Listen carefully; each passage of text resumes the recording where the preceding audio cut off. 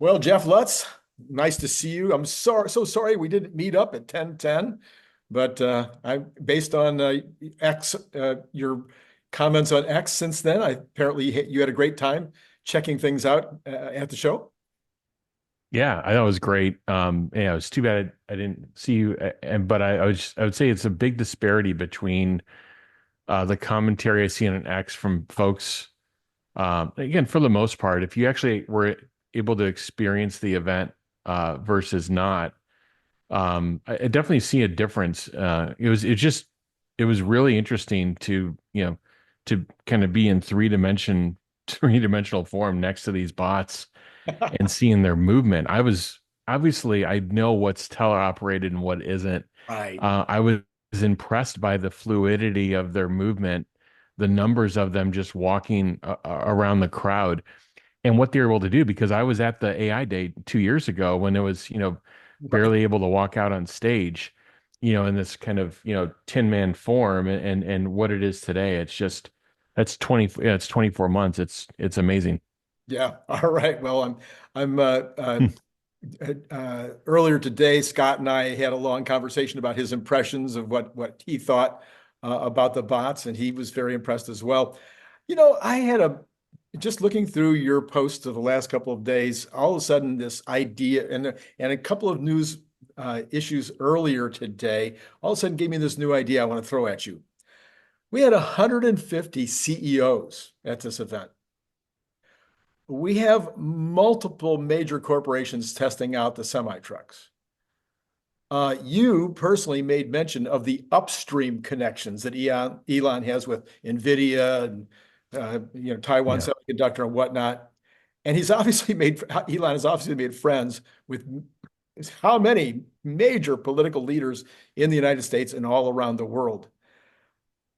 I might be underestimating it. Maybe even the investing community is underestimating the value of these connections and how Elon seems to be able to really become friends. I don't think this always has anything to do with the fact he's, a multi-jillionaire. He's just that kind of guy, apparently, that people enjoy his company, enjoy his mind, enjoy being able to have these conversations. I kind of have been admiring Brett Adcock's ability to make these connections and have them work to build his company, to provide him with opportunities, and thinking, hey, Elon, where are the licenses? Where are the special business opportunities that are coming from all of these connections? I'm sorry, this all just came to me in the last 10 minutes before we came on the air. What do you think? Well, I think what you're seeing is this 360-degree validation of what Tesla's been doing over the last number of years. And it's a validation of Tesla. And of course, Elon is, at the head of that. But I sent a post today. You have Jensen Huang on air talking about the 19-day bring up of the cluster, where it's multiple years of planning and a year of execution versus the 19 days. I mean, these are dramatic. And you also have Jensen Huang on record the prior quarter saying that Tesla is the leader in self-driving autonomy. So this is the person that literally has the market on the training required for autonomous self-driving, and works with 80 different OEMs in terms of the in-car inference solution, which Tesla does their own top to bottom, saying that Tesla is in the lead. So Right. he builds the fastest infrastructure and he has the best product right now in terms of getting to, autonomy globally. And then you have the founder of Waymo, or co-founder of Waymo, saying that I'd rather be in Tesla's shoes than you know than others. So hey, and then you have DHL. You have the DHL saying this thing is ready to go on the semi. You have Mark Benioff, who knows a lot about business, literally posting 4 videos about Optimus and how he sees this connection and this agent force thing behind it. And so this is what's coming out in public now. What's going on behind the scenes? This is probably the tip of the iceberg. And these are major players in the industry. These aren't just, people here or there. And I think what's different now is this is now you're hearing the external validation of what Tesla and Elon on earnings calls, at investor days, at posts on X, what they've been telling you and what they're focused on. You're now seeing the external validation. And if you buy a Tesla product and you get out on 12.5.4.1 or 12.5.6, you're seeing it. You know it's not perfect, but you see what they're doing. And I think some of the analyst community are starting to see it. We've started to see the slow movement of this over the last quarter, but we're still not there. You had the reaction to um to the We Robot event, at least in the markets. But I think to answer your question more broadly, it's just you're seeing the external validation of this, and it's getting through the noise. It's getting through the filters of everything that's trying to filter out like who's in the lead and who's, this or that. And all these just horrible takes Mhm. from the analyst community about really just simple, like one-dimensional takes on, from the analyst community, like, well, I see they've got a robotaxi on the road. They must be in the lead then. And like just not thinking through this thing more broadly. So the external validation from the people that make these markets, I think is key. All right. Yeah. So one might contemplate that as that validation. I mean, one of these kind of ephemeral things that it's not a physical thing that you can take to the bank and trade it for dollars, but a kind of this validation should, you would think, begin to create more and more cross currents of opportunity where maybe a Ford or a General Motors or a VW or somebody feels like they better get on board with whatever's happening at Tesla or be left in the dust. Yeah, I mean, you saw it with charging. It was all this time in the making, Tesla continuing to do these installs, continuing to take the cost down, continuing to take the cycle time of building chargers and installing them down. And then you saw one partner get on board, and then you saw a flood of them. And I haven't independently validated the 150 CEOs at the event. I don't know what the number was, but there were a lot of them. And to me, it was upstream partners, it was probably suppliers, as well as partners that could be, in terms of sales on the downstream side. And I just view the contrast to the events of the 2022 AI Day. And, that was a recruiting event. I was surrounded by college kids. I was surrounded by young engineers, and Tesla really saying, hey, we need you to come in here. You need to help build this with us. And now 2 years later, a lot of those folks have come on, and now you're seeing the fruits of what they built.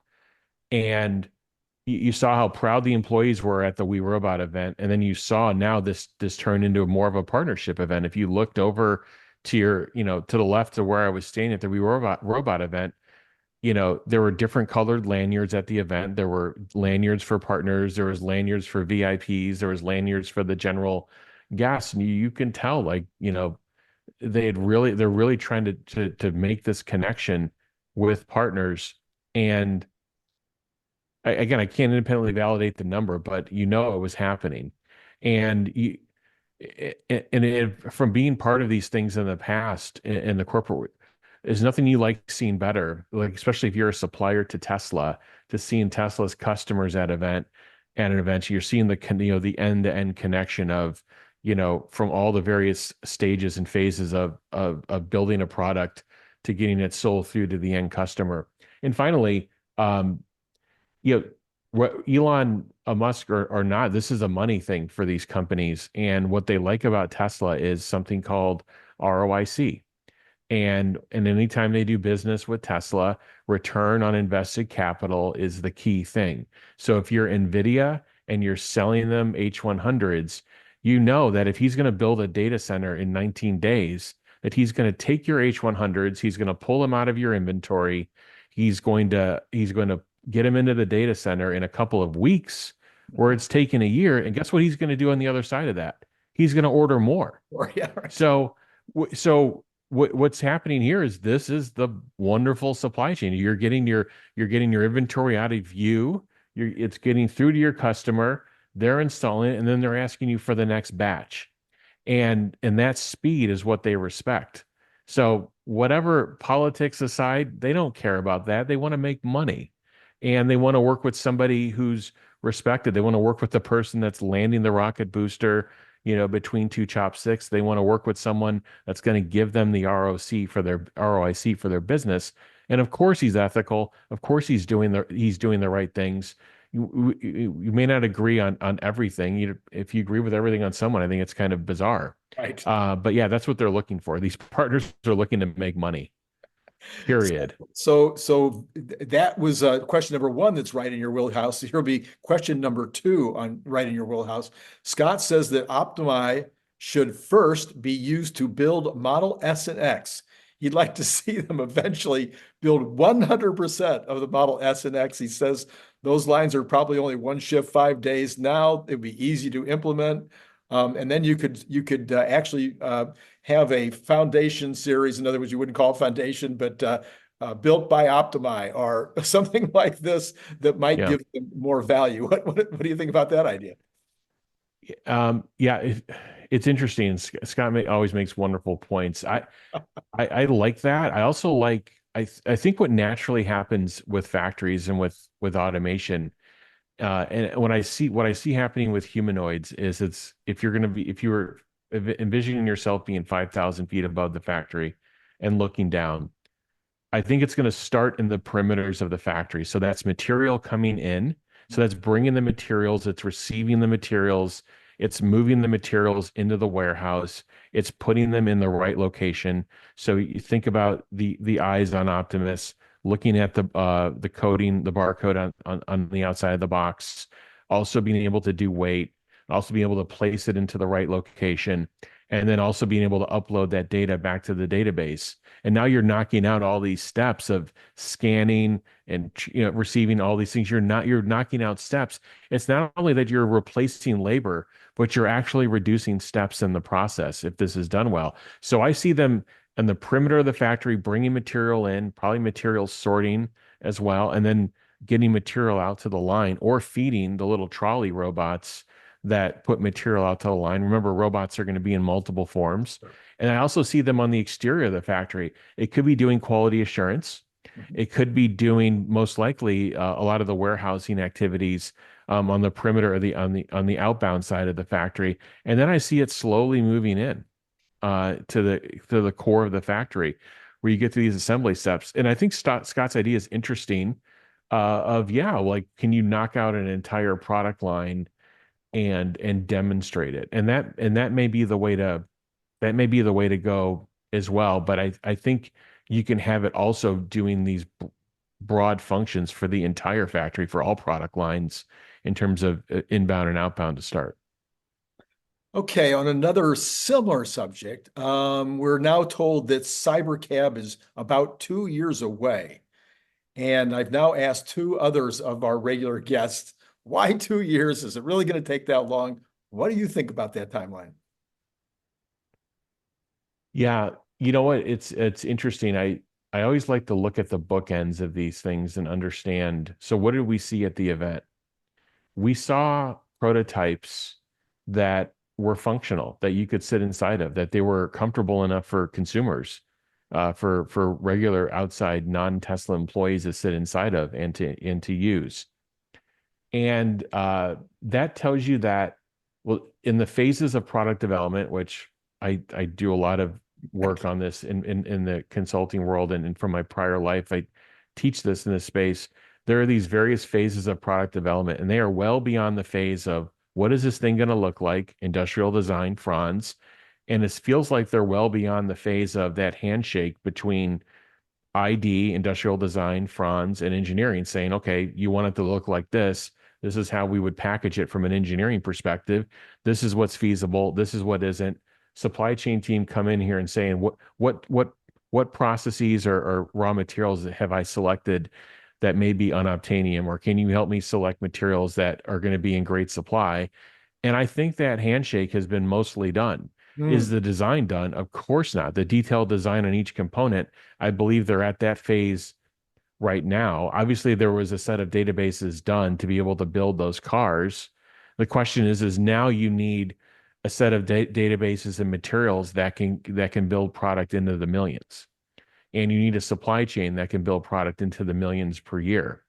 So I think that adds a little bit of time to the schedule. This isn't a car that you're just going to like squeak out and get, 5,000 here, 5,000 there, and let's see how it goes. It takes 2 years to get the peak run rate like Model Y did. Right. Um, it's going to be something that they want to get out in high volume right away. But what I find interesting is when they ship their first 50,000, which I think you'll see a big initial quarter, I'd hope. When they put 50,000 robotaxis on the road, they will immediately be the number one robotaxi operator Right. of autonomous vehicles, probably anywhere in the world at that point in time. Now we can't predict exactly how the others are gonna scale, but we know it's pretty slow. Like here's the thing. I was trying to draw this disparity for people. This is the slope of the line. If this were a graph, like this is the line. I think I see the ramp of other autonomous platforms from companies, and I think Tesla's going to come out more like this. Got it. And then that curve could may go like this at some point when they really get the peak run rate. And I think that's going to be the fundamental difference between the Tesla robotaxi and everything else is this versus this. And the question in our mind is, where does this line start? And that's where your question is on the 2 years. Um, I think there was a fairly wide window on that answer. I think they're going to be in production in 2026, and they'll be producing in. I think they'll get the mass volume in 2026, to be honest with you. But in terms of deployment and now you got approvals, you have regulatory by city, you've got a longer back end. Before before they had a consumer back end that existed of I'm building a car, I sell it to you, I'm already approved to put these things on the road. Right. And now you've got this back end of that they've got to work through, which is approvals. So if the And I think that's part of the thing that they're commenting on. So if the approvals come though on the sexy line, so we start next summer, hopefully, or sometime soon, with the sexy cars, my car, your car, we put them out to work, and we get the approvals in California and Texas, and then hopefully roll them out from there. Will that really be a problem? It would seem like that would be easy enough for the robo cabs or the cyber cabs to get. Well, so the commitment from Tesla was to for California and Texas by the end of 2025. But when you look at these things, there's going to be a long runway here because that's 2 states, in the union, and then they've got to keep going. And then think about other geographies and other, continents. Right. And it's not to say that they can't do some work in parallel, they will. But, these are submissions, these are answering questions back and forth. This isn't going to be something you light up fairly quickly. But yeah, to answer your question, I think the S3, XY will help reduce some of that resistance. But, those cars have steering wheels in them today, and those cars have pedals in them. And so, I think the approvals around these vehicles there will be just some minor, I'd say, some added complexity for sure. But I think my broader point is the span. This is the first generation of getting unsupervised computer vision deployed everywhere in the world. I think that's going to take a couple of years to get in volume. But it doesn't mean that you can't get some big geographies going and really getting this thing ramped up. When the others are they launched some streets in a city with a few hundred taxis. I think you're going to see, a California approval, and you're going to see tens of thousands of Teslas. It's going to be different. I'm wondering if Elon has made an error, and I've talked about this once before this week, and I still don't have clarity. Elon says that the cyber cab will be under 30,000.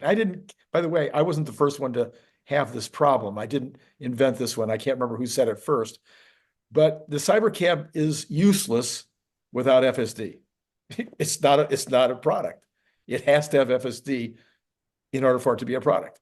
So did he potentially misspeak about the cost of the car by not saying 30,000 plus FSD? Because as a business proposition, it should be worth 70 or 80 or $100,000 per unit if it's going to be a cybercam. Yeah, let me make sure I understand the question. Are you saying that Tesla should not be selling the vehicle for that amount, given the fact that it's fully autonomous? Yeah, Yeah. yeah. And so it might be 30,000 I think where, here's the thing, and this is the conversation I've had with some people and I've had some debates about this over the last year.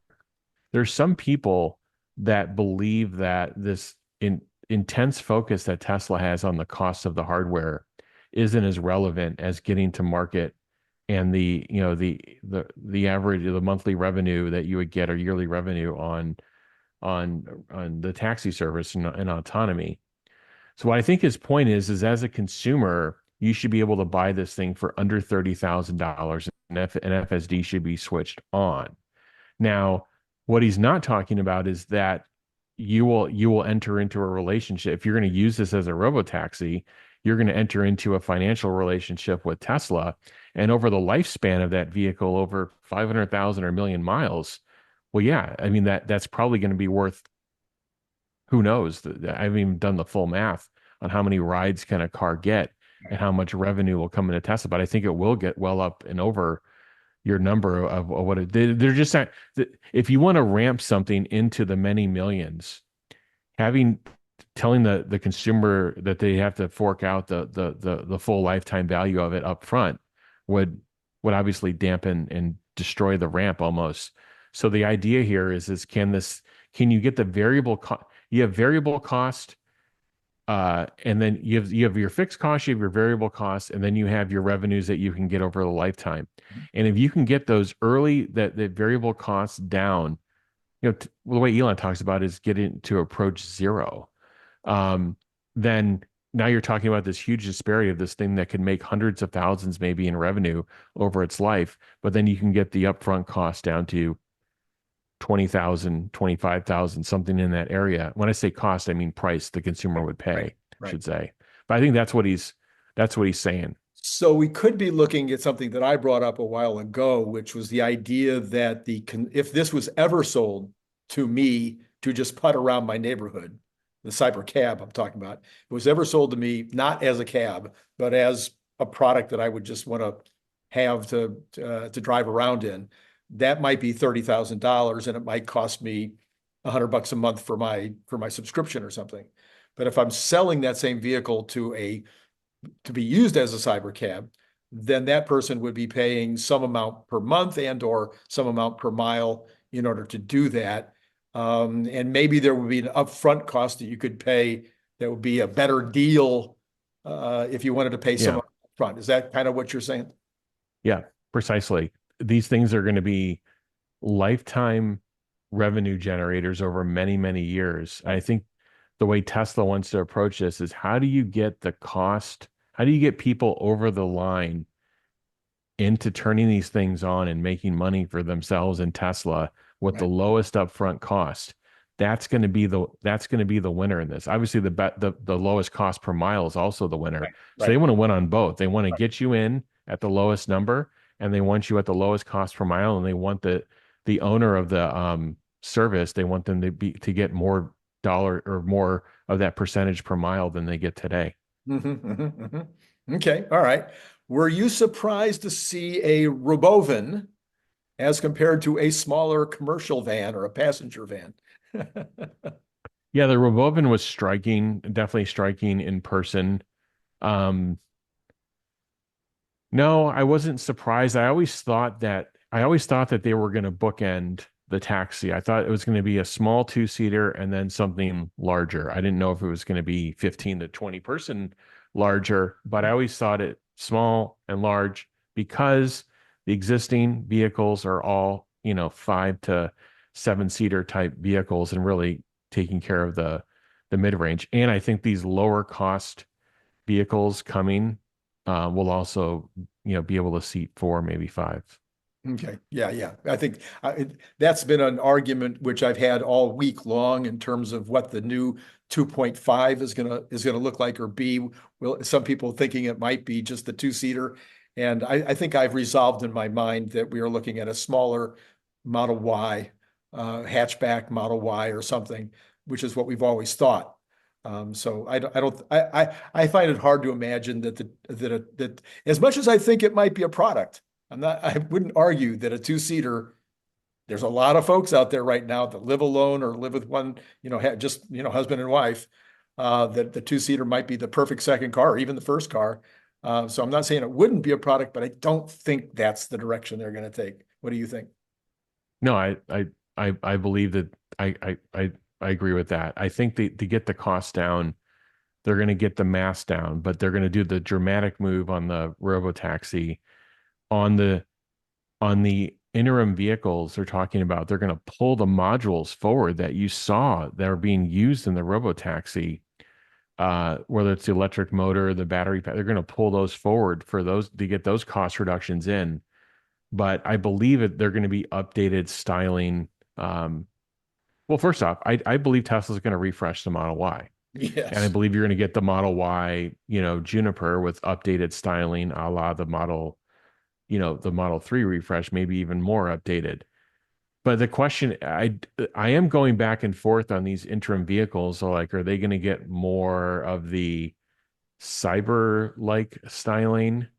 Or are they going to be, descendants, true recognizable descendants of the 3Y family? And I don't know. I don't know if that matters. I just know what matters is Tesla needs to start playing near 30,000 and below 30,000 as a starting point, because that's where BYD and others are getting all this growth and Tesla's not there at all. Right. Right. Yeah. Well, speaking of growth, I have been befuddled and bemused just in my own head about where we really are in terms of capacity. And all of a sudden we have this statement apparently from Tesla over the last 24 hours.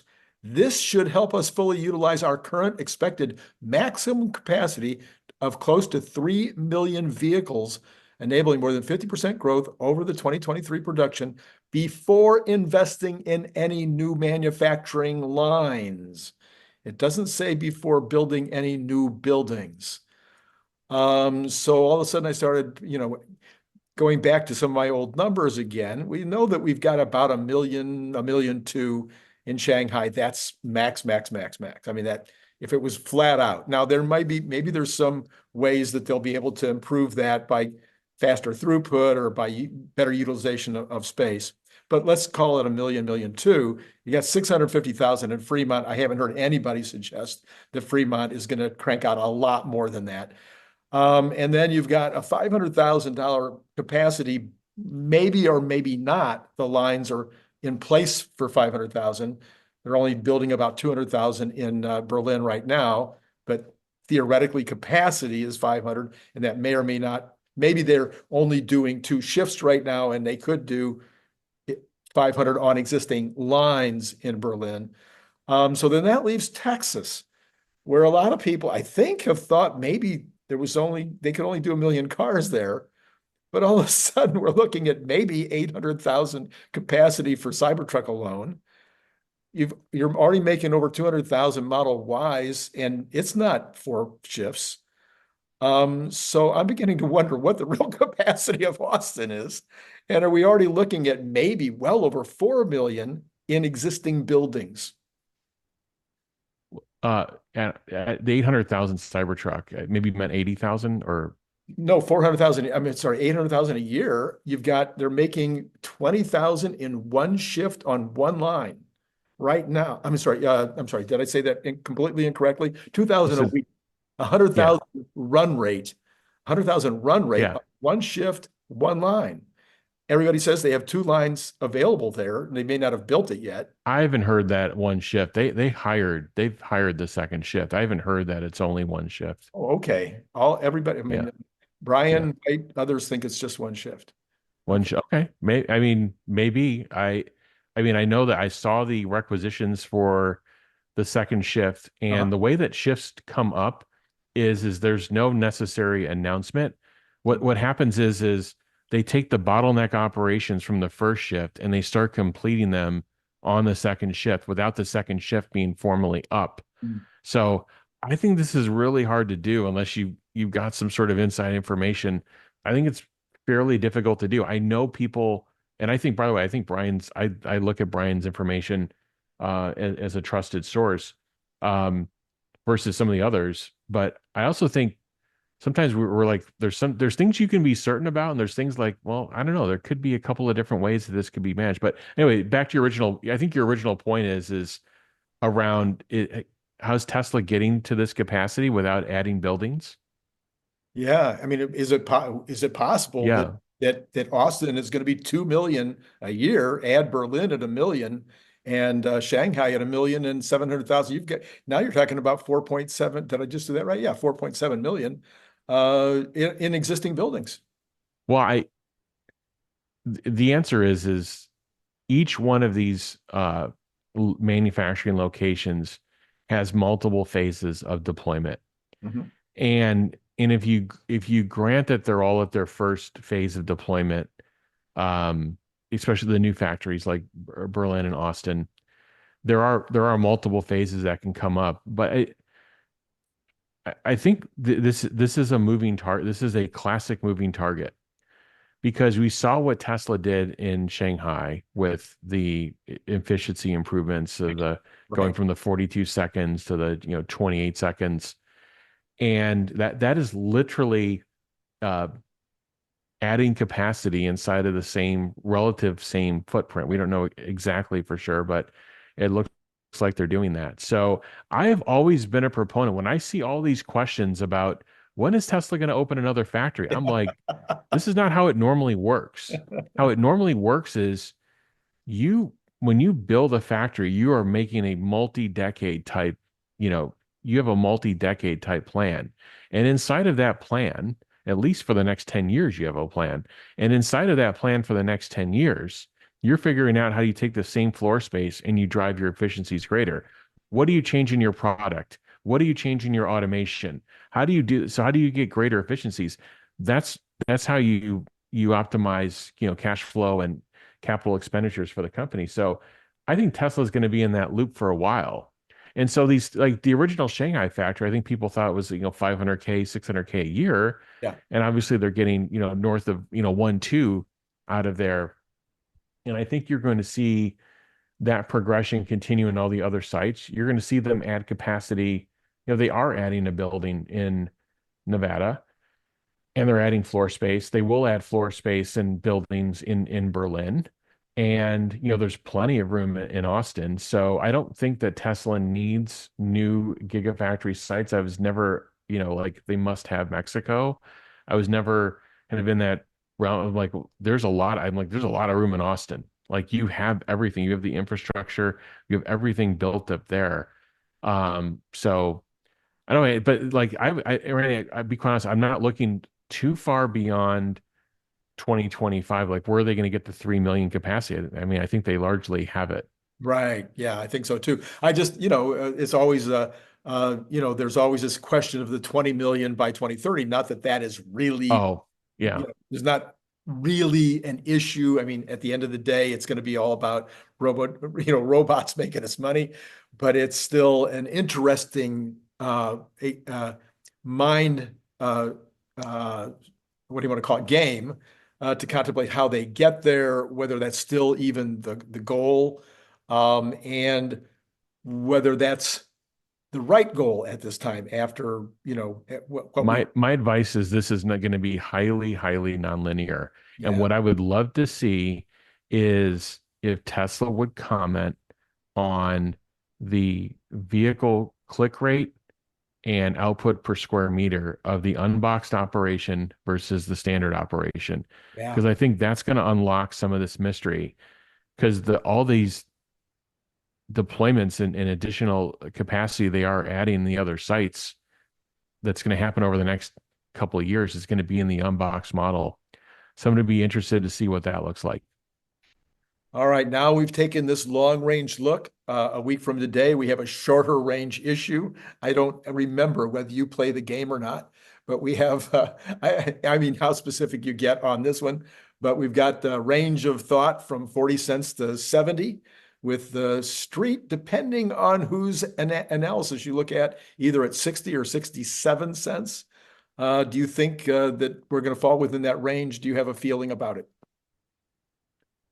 Yeah, I haven't calculated this to the penny. I more look at what's going on in the business. I think what the street is going to be looking for is there bottoming in the gross margins. We've basically now operated a full quarter with the interest rate reductions in.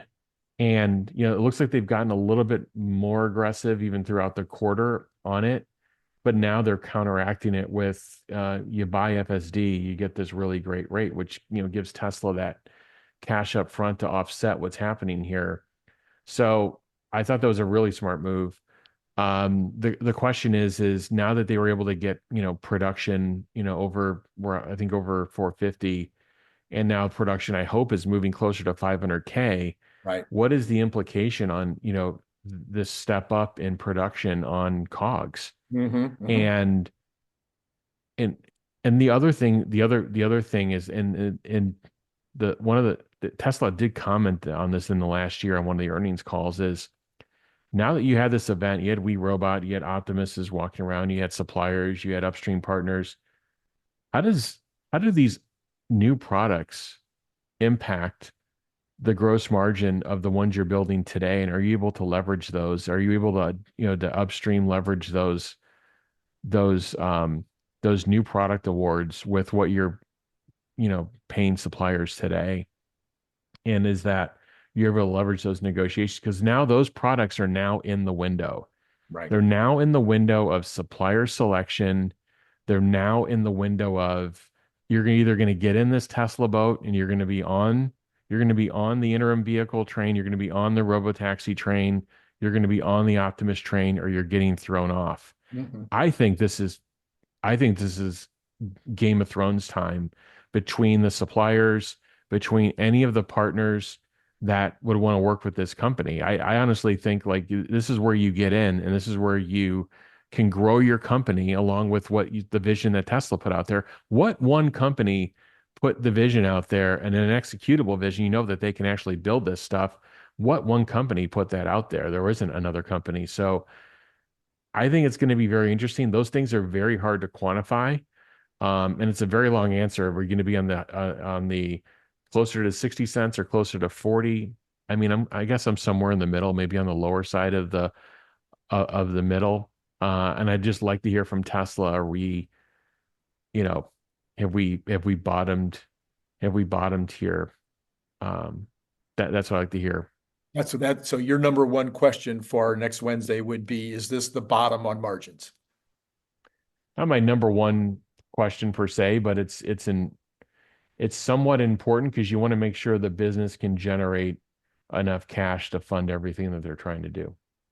So I did talk to an employee. I won't say where, so I don't get him in trouble, but I did talk to a salesman. While you guys were standing in line, I was over at a dealership, one of the showrooms, and the employee did tell me that this free FS or the FSD, the free FSD concept is doing very well. That this was a brilliant move, and that people that would not have considered FSD are absolutely, It's 0% interest rates but they have to buy FSD. Yeah.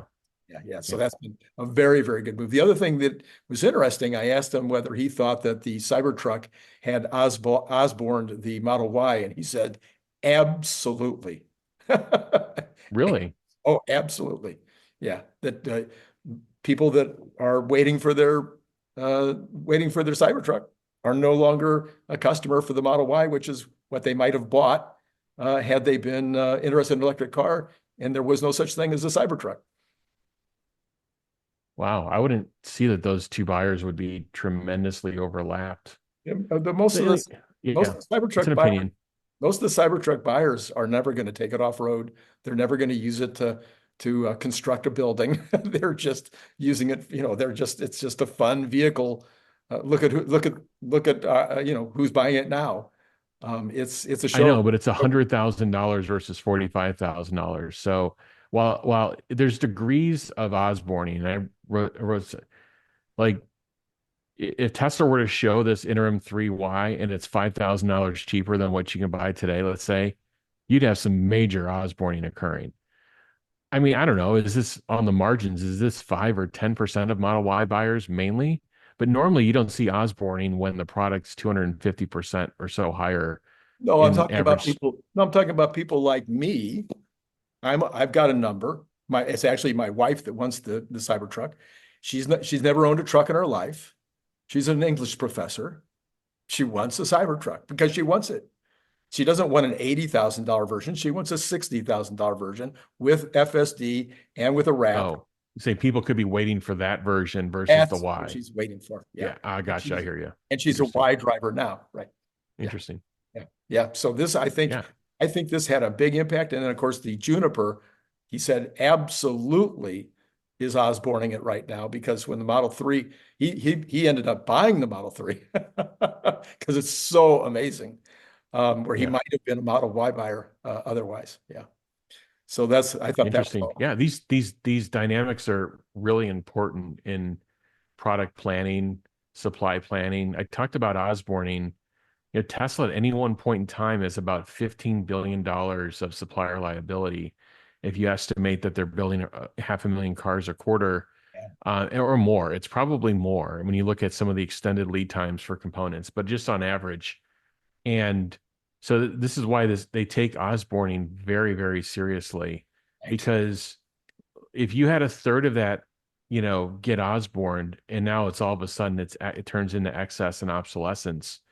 I mean, you're talking about, entering enterprise risk for the company because they don't always have access to 30 billion in cash. They've got, Right. That's outlays. good. They've got, you know, that occur throughout the quarter. So it's Osborning's a very serious thing We had for an Tesla. interesting idea this morning that I just started talking about. This is my last question for you today. And I'm starting to see I'm starting to see a flip in the headlines to positive EV and not negative EV. Um, I read a couple of articles that agree with that are suggesting that three things have happened. You have choice now.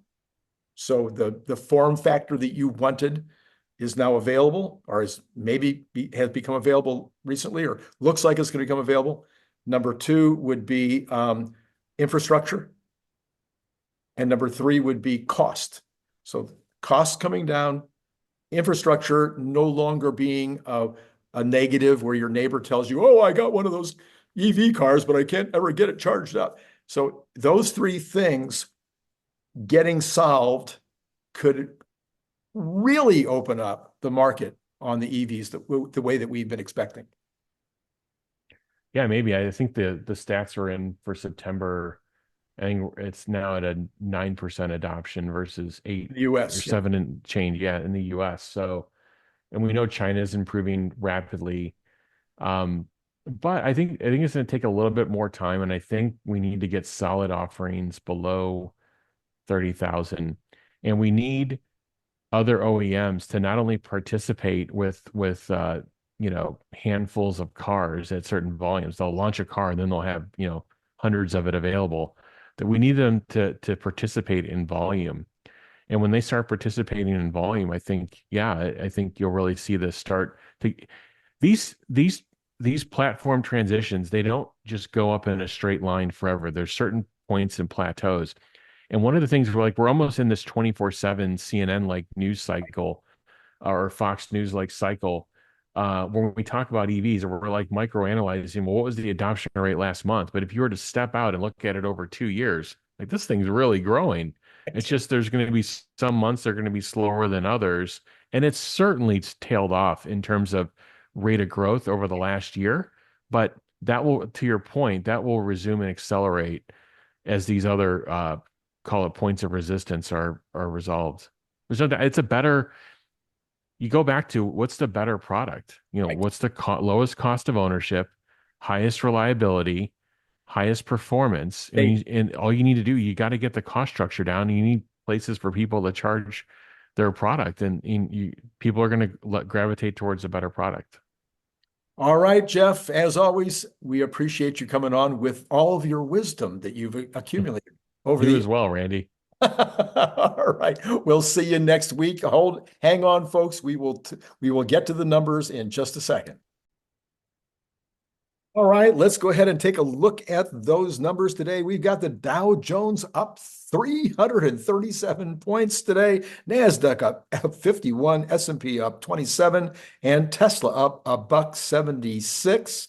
The Magnificent Seven did not do quite so well, except for NVIDIA, which did recover at $4.12, but the rest were all down in varying degrees. Meta, in particular, down over $9.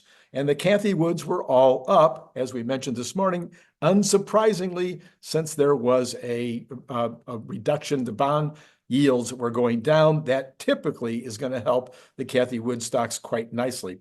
Okay, let's go ahead and take a look inside at the bonds.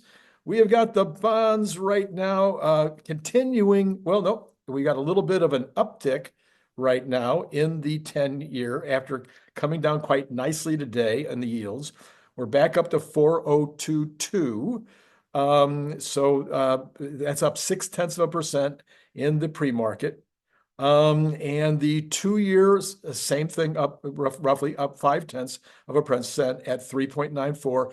And the 2-month continues to scream higher, 5.9 basis points higher. The 3-month also 3.6 basis points higher. So for some reason, these short-term interest rates are continuing to outstrip the situation with the 10-year. Again, nobody's talking about it, so maybe it's perfectly fine, perfectly understandable, but there's no articles, nothing. I've seen zero about it. All right, so what do we got in the oils? We got oil actually rebounding a little bit. Did not come crashing down into the 60s. We're still sitting at $70.72. First Texas Intermediate up a little bit, 33 cents in the pre-market. Brent pre-market hasn't opened yet, so it's still sitting at 74.22 where it closed for the day. Natural gas up now at 38%, 0.38%, or $2.37. That's where it's sitting right now. And gold, we've got gold down a little bit, still sitting though at 2,689, down $1.50 in the pre-market. Silver down 0.25%, still at 31, almost 90. And copper down 0.06% at 4.365. The dollar unchanged, call it unchanged, there's really almost no change. And crypto continues its upward movement, 859 so far today. That puts it at 67,717. All right, what about the equities? Where are they looking at tomorrow? Well, after that big run up today, it wouldn't be shocking to see them be off a bit. So the Dow 33 negative at 0.08. You've got S&P negative 6.5 or 0.11%, and the NASDAQ down 26.75 or 0.13%. And then if we go back over to Tesla in the after hours, 21 cents of that $1.76 has been given back. So down 21 in the pre-market. So that is the situation as we look at it tomorrow.